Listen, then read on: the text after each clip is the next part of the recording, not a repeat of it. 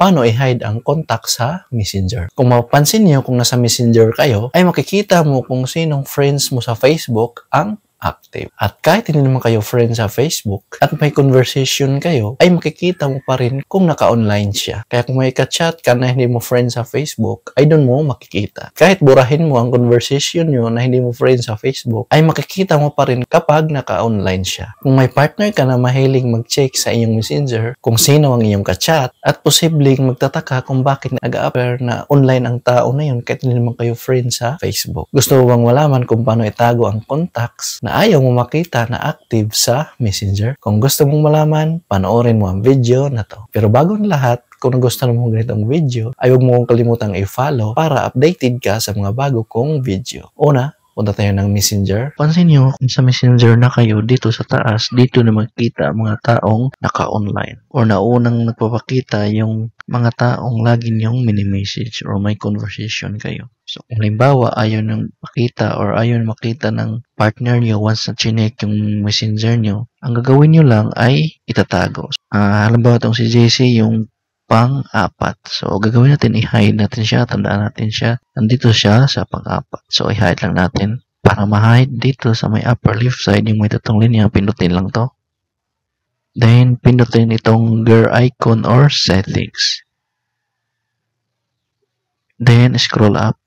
Pindutin itong privacy and safety.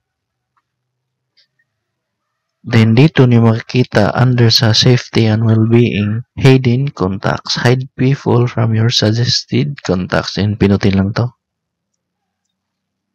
Ayan, so mapapansin nyo, naka-hide yung isang account ko. Para ma-add natin yung tao, dito sa may upper right side, yung may plus sign, pinutin lang to.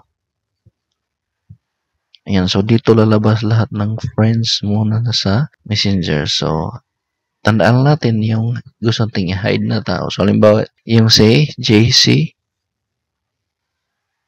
Ayan, so, since dalawa yung JC na friends ko, so dalawa yung lumabas. So, yung JC na pangalawa. So, select ko lang.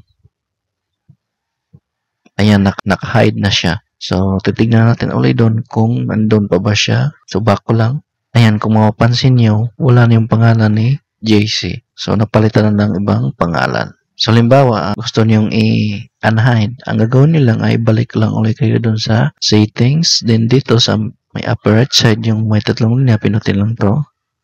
Ayan, then, pinutin itong gear icon or settings.